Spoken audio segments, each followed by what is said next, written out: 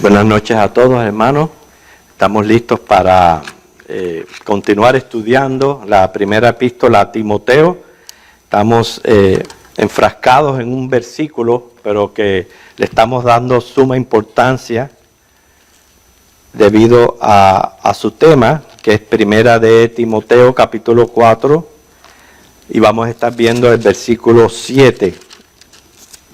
Primera de Timoteo 4, versículo 7.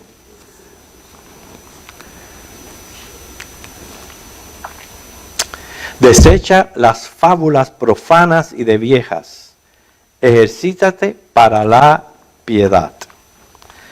Vemos como este versículo exhorta a desechar, dice, fábulas profanas y de viejas. O sea, más bien lo que se está refiriendo es a fábulas que puedan acarrear disputas más que edificación de Dios. Mismo versículo 4 del primer capítulo también menciona lo mismo.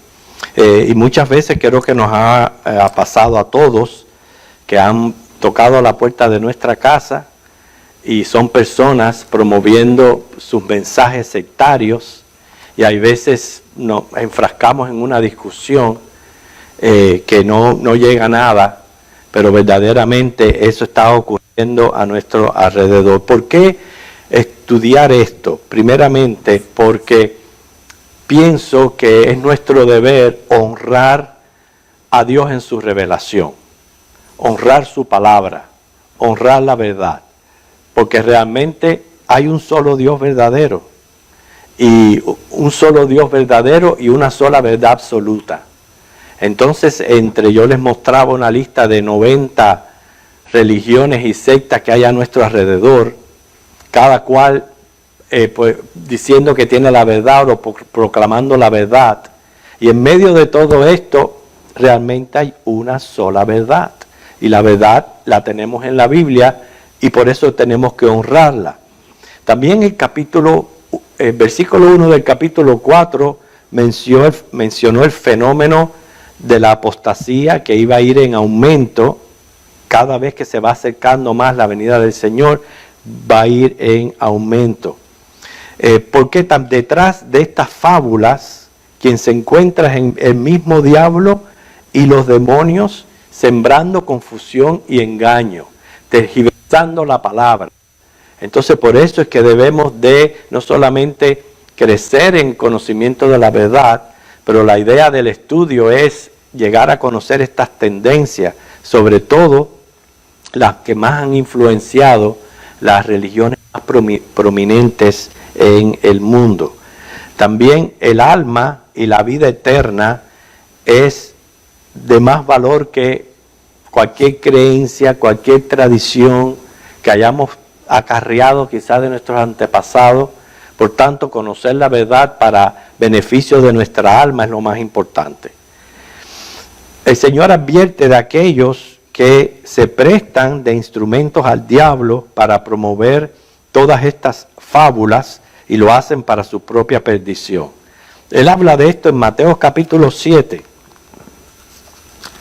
Muchos estamos familiarizados con este ejemplo que pone el Señor de alguien que construyó sobre 2 tipos de terreno, pero tiene mucho que ver con doctrina, tiene mucho que ver con el fundamento de la palabra en nuestras vidas. Y en los versículos 21 al 23, el Señor Jesús menciona este fenómeno que dice que no todo el que me dice Señor, Señor, entrará en el reino de los cielos, sino el que hace la voluntad de mi Padre que está en los cielos.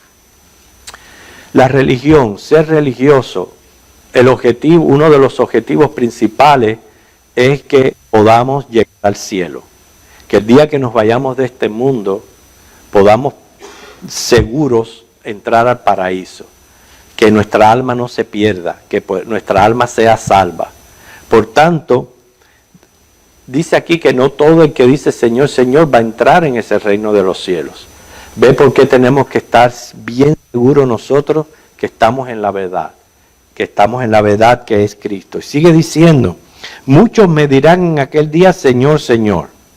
Y aquí entra los religiosos. Dice, no profetizamos en tu nombre, y en tu nombre echamos fuera demonios, y en tu nombre hicimos muchos milagros. Pero noten lo que dice el Señor, les declararé, nunca os conocí, apartaos de mí, hacedores de maldad. Hay que darle importancia a la doctrina, hay que darle importancia al estudio de la palabra, a estar en la verdad. Y es por eso que el Señor Jesús, te puede seguir leyendo el capítulo 7, compara todo esto con dos personas. Uno construye sobre arena, el otro construye sobre la roca. Ok, pero vienen los vientos, que los vientos hay veces llegan sin avisar. Llegan los vientos, ¿y qué pasó con el que construyó sobre la arena? Se la llevó. Pero el que construyó sobre la roca permaneció firme. Lo que quiere decir, hermano, es que nosotros tenemos que hacer un fundamento para nuestra fe, un fundamento en que podamos arriba de ese fundamento firme que es Cristo, entonces ir edificando todas las demás doctrinas que se encuentran en la palabra. Es por eso que la semana pasada ya comenzamos el estudio mencionando, repito, las tendencias más fuertes que hay hoy día, y solamente nos dio tiempo para hablar un poquito acerca de lo que es esta nueva tendencia ahora de la prosperidad y de la confesión progresiva. Pero vamos a continuar, algunas de estas que vamos a mencionar, solamente vamos a hablar ciertos detalles, otras vamos a abundar un poquito más, porque entendemos, número uno, o no las conocemos, o son las que más han hecho influencia en el mundo de hoy. Usted dirá, no lo necesito, estoy en Cristo, soy un cristiano, soy un evangélico, pero yo estoy seguro que usted tiene conocidos, familiares, seres queridos, que quizás están, hermano, atrapados, engañados por el enemigo.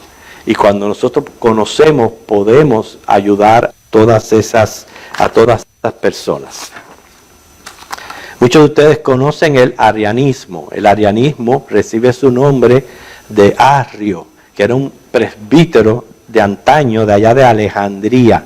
Y más bien lo que hacía el arrianismo era negar la divinidad del Hijo y la personalidad o divinidad del Espíritu Santo. A pesar de que es tan antigua, hoy día es lo que exactamente predican los testigos de Jehová. Por eso hay que tener mucho cuidado con los que tocan a la puerta y qué es lo que nos van a enseñar, porque ellos niegan la divinidad del Hijo y la divinidad del Espíritu Santo. Y ustedes me preguntarán, bueno, ¿qué es estar en la verdad? Muy fácil. El concepto que tengamos de Jesucristo, tanto su misión como su naturaleza. Si usted tiene un concepto correcto de Cristo, usted está siendo guiado por el Espíritu Santo a la verdad. Cristo es Dios. No acepte menos que eso. Ellos dicen que es el arcángel Miguel. No.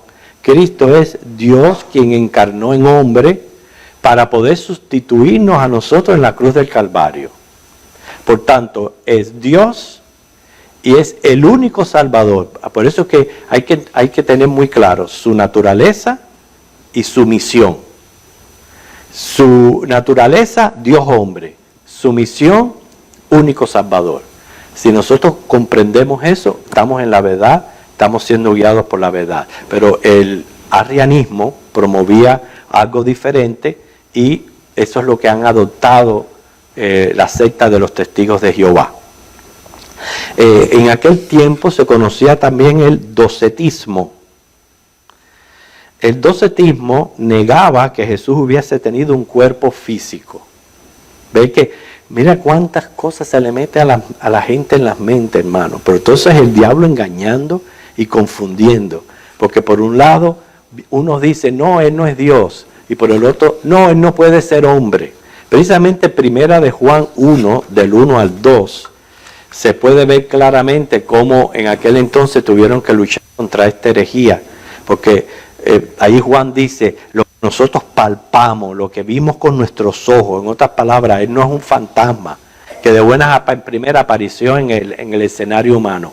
Él es un ser humano de carne. Él nació verdaderamente de la Virgen María porque vino para salvarnos. Yo sé que han escuchado acerca del espiritismo. El espiritismo es comunicación con los demonios, eso es lo que es. Y es tan fuerte este engaño que las personas escuchan las voces de sus seres queridos, que inclusive llegan a tener visiones, pero no son más que demonios. Ellos usan un medium, que es la persona supuestamente sensible a las vibraciones de ese mundo espiritual. En otras ocasiones hemos hablado del gnosticismo. No quiero abundar mucho en él porque no solamente la hemos estudiado, pero hay muchas otras que quizás nosotros no conocemos y quiero que me dé el tiempo para mencionarla. Pero básicamente el gnosticismo era una herejía que promovía que Dios estaba allá, el hombre acá, y no había manera de llegar a Dios sino a través de intercesores. Y ellos decían, esos intercesores, mientras más cerca están de Dios, son más santos. Mientras más cerca están de los hombres, son más carnales. La idea de todo eso, porque no quiero seguir abundando en esta tendencia, es el creer en intercesores. ¿Y no es acaso lo que hace la Iglesia Católica? Noten la influencia de estas tendencias hoy día como ha afectado en el catolicismo. Timoteo dice, hay un solo Dios y un solo mediador entre Dios y los hombres, Jesucristo, hombre. Nosotros no necesitamos ni pedirle a nada a ningún sacerdote, ni pedirle perdón, ni confesarnos, nada de eso, ni pensar de que pueden interceder por nosotros. No. Por la gracia de Dios, Jesucristo no solamente nos salva, Él ha abierto acceso al trono de gracia. Y todo lo que tenemos que hacer es hablar con Él y directamente a Él en oración. Siempre en el nombre de Cristo. Todavía escucho a hermanos cristianos orar y no mencionar el nombre de Cristo. Hermano, eso no es opción. Eso es prácticamente un requisito necesario. Porque es que nosotros, por nosotros mismos, no podemos llegar a ese trono de gracia. Tiene que ser a través de Cristo. Y por eso que en Juan lo dice, oren en mi nombre. Lo que oren en mi nombre yo lo voy a hacer. Ustedes saben que yo he hablado de esto en muchas ocasiones. No necesariamente tiene que ser al final de la oración. Usted puede empezar su oración diciendo, en el nombre de Cristo te pido esto. Pero no dejar de mencionar ese nombre porque es muy importante. Él es el único mediador y esta herejía pretendía promover muchos detalles interesantes de esta tendencia, pero continuamos. Usted conocía el neomonasticismo. Neomonasticismo es la glorificación del aislamiento de este mundo. O sea, la tendencia, inclusive de evangélicos, de abandonar este mundo en su actitud y estilo de vida. Lo tenemos enfrente de nosotros ya en Pensilvania con la secta de los menonitas. Ellos se apartan por completo y viven su vida aislado del mundo, no quieren influencia ninguna del mundo. Y eso no es lo que el Señor Jesús nos enseñó en su palabra. Sí hay que cuidarse del mundo. Hay que cuidarse de la mala influencia que hay en el mundo. Pero el Señor nos quiere todavía en el mundo. ¿Nos quiere para qué? Para que con nuestro testimonio sirvamos de luz y sal. Podamos ayudar a otros que puedan conocer la verdad y el Evangelio. ¿Cómo lo vamos a hacer si no estamos en medio del mundo, aunque tengamos que guardar nuestro testimonio? Yo hablaba el domingo acerca de los anabautistas. Ellos tienen esa tendencia del neomonasticismo. Está el monarquismo o unitarismo. Inclusive esta herejía data del 170 después de Cristo. Sabemos que mono es uno, arque es principio. Entonces lo que querían era defender la unidad de Dios contra el politeísmo. Usted dirá, eso es bueno, que sabemos que no debemos ser politeístas, tenemos que ser monoteístas, creer en un solo Dios, no en muchos dioses. Pero la aberración de ellos llegó a negar la Trinidad, y ahí hay un problema. De cada uno de ellos tiene su cosa, que sabemos que no están en la verdad. Muy popular es el mormonismo. Y el mormonismo es una de esas sectas que puede confundir a cualquiera, porque usted puede escuchar los coros más preciosos, cantando himnos y todo, sin embargo, es una secta tremenda. Si pudiéramos darle un calificativo, creen que nosotros los hombres somos dioses. En otras palabras, que podemos llegar a ser dioses en el reino celestial. Inclusive llegar a tener hijos espirituales que nos adorarán y orarán a nosotros. Lo mismo que nosotros hacemos a Dios Padre, un día lo pueden hacer frente a nosotros. Esa es la creencia de los mormones. Ellos creían que Dios en un momento fue un hombre como nosotros y que llegó a ser Dios, que Jesucristo viene a ser nuestro hermano mayor, inclusive hermano del mismo diablo, que progresó, fue progresando hasta llegar a ser un Dios, procreado en espíritu por medio del Padre Celestial y concebido por una Madre Celestial, físicamente por el Padre Celestial y la Virgen María, pero a través del acto sexual. Hermanos, esas son aberraciones que bien ofensivas. Nosotros sabemos cómo ocurrió el nacimiento virginal de nuestro Señor Jesucristo. Fue concebido en el vientre de la madre por el Espíritu Santo, pero no por medio de un acto sexual. Entonces vemos cómo son sectas que los vemos en bicicleta tratando de evangelizar, y lo que están es diseminando falsedad y mentira. El ocultismo hay que mencionarlo porque tiene muchas ramificaciones. Ya el ocultismo viene a ser un culto directo a Dios. Todo esto que yo estoy mencionando, detrás está el diablo y los demonios. Pero el ocultismo es culto directo al diablo. Y eso es lo grave de todo esto, porque es bastante serio. Esto va a incluir, y esas son las cosas que tenemos que evitar nosotros, y de ahí vamos aprendiendo a quitar un poquito de quizás tradiciones o costumbres que tenemos que no son buenas. Incluye la astrología, ya mencioné el espiritismo, cartas del tarot, la escritura automática, la hechicería, el mal de ojo, la brujería, la cuija, el palo mayombe, la santería, la adivinación, el satanismo y los signos del zodiaco. Y lo menciono de último porque hay veces por ahí nos pueden preguntar, ¿y de qué signo usted? Si usted quiere responderlo, dígale, de exclamación. Pero entonces a veces por pena o pues decimos, no, porque yo soy Libra o porque yo soy Escorpión, y nos estamos dando cuenta de que esto proviene del mismo ocultismo, y tenemos que cuidarnos de esas cosas, hermanos. Esos son los momentos de dar testimonio y de poner sus convicciones firmes y decir, no, yo lo siento, yo no creo en los signos del zodiaco, y punto. El panteísmo y el panenteísmo, que aparentan iguales, que es lo que profesan las religiones orientales, casi todas. El panenteísmo, ellos dicen todo es Dios, pero el panteísmo dice todo es, el panenteísmo todo en Dios, el panteísmo todo es Dios. Y sabemos que no es la realidad, que si nuestro Dios es un Dios, primero trascendente. Trascendente quiere decir que está por encima de todo, de los hombres. Él no es cualquiera, Él está por encima de todo. pero es inmanente.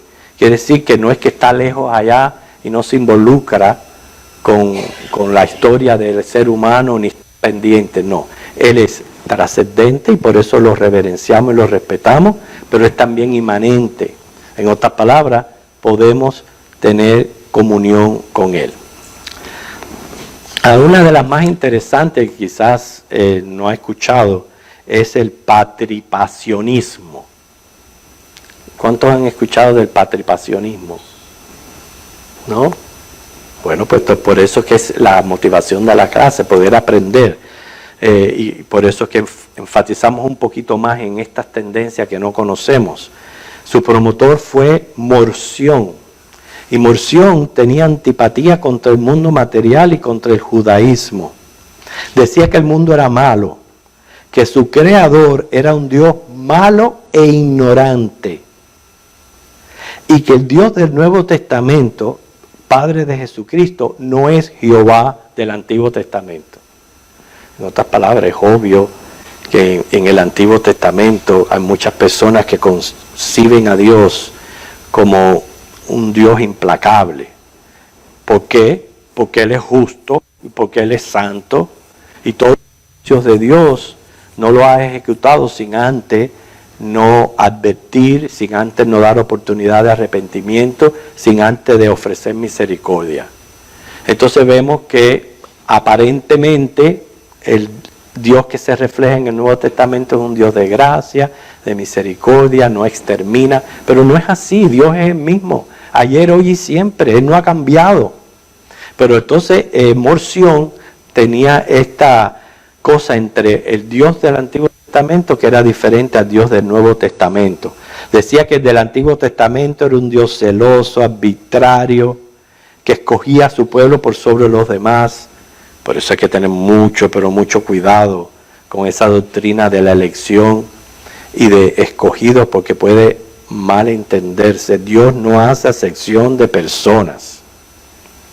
¿Okay? Esa es una característica de los calvinistas y no es buena. Dios no hace acepción de personas. O sea que esta tendencia dice que Dios llevaba la cuenta de quienes le desobedecían para vengarse. Pero que el Padre de Cristo está por encima de Jehová, que es todo amor, no requiere nada de nosotros y nos da todo, incluyendo salvación gratuita, que no establece leyes y al final no habrá juicio. Qué bueno, ¿verdad? Que al final no haya juicio, no haya infierno. Usted dirá, hay personas creyendo o predicando que no hay infierno, que Dios es amor, que Dios es misericordia y que no va a haber castigo ni condenación. Es una mentira satánica por completo. Han escuchado del sabelianismo. Posiblemente de todas estas tendencias es una de las que más ha influenciado los mismos evangélicos, los mismos cristianos. Porque yo he escuchado esta herejía ser predicada de púlpitos en iglesias cristianas. El sabelianismo de su promotor Sabelio parecía tener un buen propósito porque querían proteger y defender la singularidad de Dios o la unidad de Dios y enseñaban que Dios se reveló en tres distintas maneras o modos. Inclusive usan ejemplos trinos que hay como el agua, el hombre, etc. Pero es que ninguna de ellas es aplicable a la Trinidad. Nosotros creemos en un Dios, tres personas. Cuando hablamos de un solo Dios, estamos hablando de su esencia, su naturaleza. No hay otro como Dios. Él es uno. Nosotros somos humanos. Las vacas son animales. Él es Dios y es uno. Esa es su esencia. No hay otro que tenga esa esencia. Por eso que yo siempre le estoy diciendo, no le digan a las cosas divino. Divino solo es Dios. Por más rico que esté el cake de chocolate, no es divino. Divino solo es Dios. Ahora, lo que promovía el sabelianismo es para defender, porque no entendían mucho esto de que Dios es uno. para defender el unitarismo, decían, primero es Dios Padre, luego viene a ser Dios Hijo y luego viene a ser Dios Espíritu Santo. Como es un cambio de modos, ¿ve? Y eso no es lo correcto, no es una manera correcta de interpretar la Trinidad. No, los tres siempre han estado eternamente, los tres tienen los mismos atributos. Aunque cada uno puede ser que se familiarice o se caracterice más, por ejemplo, casi siempre Dios Padre se caracteriza por la creación, el Hijo por la salvación, ahora el Espíritu Santo por estar en la iglesia y ser consolación, pero en los tres ministerios han estado los tres juntos siempre, desde un principio. Entonces, el sabelianismo es una tendencia que debemos pues rechazar. Y otra que quizás se le asombre a usted que se mencione, porque es una de las más camuflajeadas dentro del cristianismo, que son los adventistas del séptimo día. Una tremenda secta. Parecen cristianos, pero no son cristianos. La fundadora fue Elena de White y era una falsa profeta. Hoy día tienen más de 9 millones de seguidores alrededor del mundo. Imagínense, hermano, tantas personas confundidas, engañadas por el mismo diablo. Las doctrinas erróneas, por ejemplo, ellos creen que la expiación por los pecados que hizo Cristo en la cruz fue incompleta. Que sí, que Él dio el pago inicial, pero el creyente le corresponde pagar mensualidades guardando sus leyes. Se está añadiendo al sacrificio de Cristo ya esfuerzos humanos. No se está dependiendo de este sacrificio en 100% para nuestra salvación y que somos salvos por gracia. Ellos dicen que no, eso no fue, su sacrificio no fue completo. Hay que añadirle sus esfuerzos guardando leyes. Creen que Jesucristo es el arcángel Miguel. Precisamente, tanto testigos de Jehová como mormones surgieron de adventistas. Sus promotores fueron adventistas. Y miren, ya cada uno cogió su camino y todo lo que se ha formado y todo el engaño a tantas personas. Ellos no creen que el infierno existe. Fíjense que esa también es una práctica de los testigos de Jehová. Ellos no creen en el infierno. Ellos creen en la aniquilación. Y si usted se pone a pensar, la aniquilación, que sería dejar de existir, que como si fuera yo un animal, dejo de existir y ya. La aniquilación pudiera ser una opción para mí si yo quiero vivir mi vida pecando sin freno alguno y dándole satisfacción a la carne y a los deleites sin ningún tipo de pare. Piense en eso, piense. Si usted creía en ser aniquilado, ¿para qué ser religioso? ¿Acaso la aniquilación no sería una opción como es el suicidio para cualquiera que se canse de la vida? Pero nosotros sabemos que no hay aniquilación. Nosotros sabemos que el día que el hombre vaya de este mundo va a juicio. Y que al ir a juicio, o va a salir justificado por Cristo, o va a ser condenado en un infierno. No hay opción para la aniquilación. Y eso es lo que promueven los adventistas. Dice que no cree que la persona debe declararse salvo, porque basan la salvación en obras de obediencia, como si fueran pagos mensuales. De nuevo, ¿no ven esta tendencia en aquellos evangélicos que creen en la pérdida de salvación? Lo mismo, creyendo que son ellos los que tienen que poner el esfuerzo o terminar lo que Cristo no completó. Mire, hermano, nosotros estamos completos en Cristo. Somos ya justificados, somos salvos. Si practicamos la santificación, número 1, por amor a Dios. 2, para agradar a Dios. 3, para evitar consecuencias del pecado. Pero en ningún momento es para salvación. Ya estamos en Cristo, ya somos salvos. Lo demás ese proceso de santificación es porque nos conviene llevarlo a cabo, pero en ningún momento es yo terminando lo que Cristo comenzó. Ellos creen en un juicio investigador promulgado en el 1844, juicio del preadvenimiento, juicio por obra que determina la salvación. Enseña que cuando una persona muere se queda en la tumba en la inexistencia. Los adventistas se dan la mano con los testigos, con los mormones en sus aberraciones, porque tuvieron comienzos comunes y similares.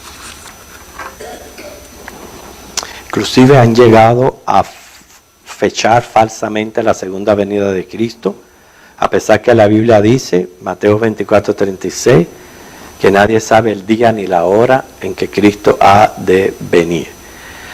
Imagínense, hermano, estas son solo algunas de las tendencias más predominantes que hay en el mundo. Nos faltaría hablar del catolicismo, del islam, de todas esas religiones orientales que existen.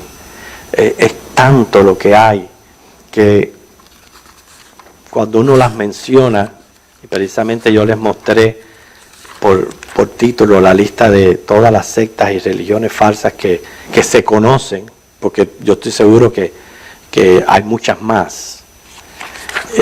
Nosotros le tenemos que dar gracias, pero gracias a Dios, que estamos en la verdad, que estamos en Cristo, verdadero Dios, la vida eterna, que tenemos que esforzarnos en cada vez conocer más las Escrituras, crecer en conocer, tener una sana doctrina, no por vanagloria, no por orgullo, no por decir, ay, qué sana doctrina tienen allí, no, para honrar a Dios en su palabra, porque Él nos dio su revelación, su palabra, y no es para tener 2 y 3 y 4 interpretaciones, es una sola, la verdad es absoluta. Yo soy el que me tengo que esforzar en conocer la verdad. Y puede ser que por un tiempo quizás yo haya estado confundido o pensando de otra manera, pero si Dios me ilumina y me dice exactamente qué es lo que yo debo de creer, tengo que estar dispuesto a hacer cambios en mi manera de pensar y de creer. Nosotros hemos tenido aquí hermanos que por un tiempo han estado con nosotros y se han ido porque persisten en esa forma doctrinal que mantienen, y a pesar de que uno les dice están errados,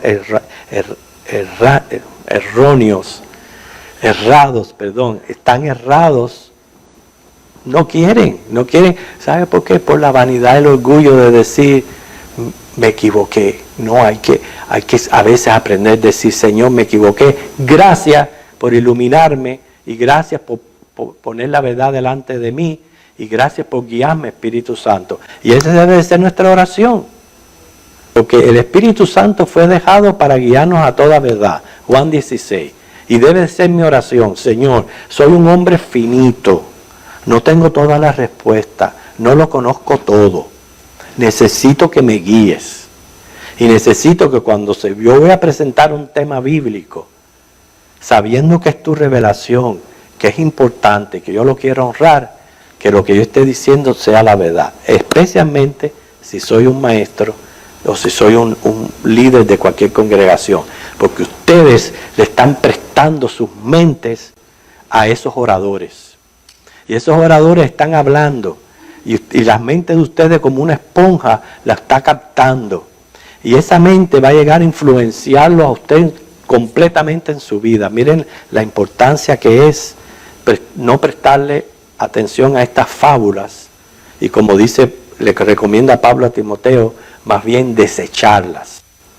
Usted puede ayudar a las personas, pero usted sabe cuando está entrando ya en una discusión que no va a llegar a nada. Por ejemplo, a mi casa han venido testigos también. Cuando yo les abro la puerta, trato de coger yo la batuta y ser yo el que hable más. Y decirle, ustedes son una secta, sí les digo. Ustedes son una secta. Y les hablo de la gracia, les hablo de cosas que ellos no verdaderamente entienden, porque hay que tener misericordia. Son personas que han sido simplemente engañadas por el enemigo. Y Dios ha rescatado a muchos de todos estos grupos sectarios. Las iglesias cristianas, la mayoría está formada de excatólicos, que gracias a Dios, Dios los sacó de todo.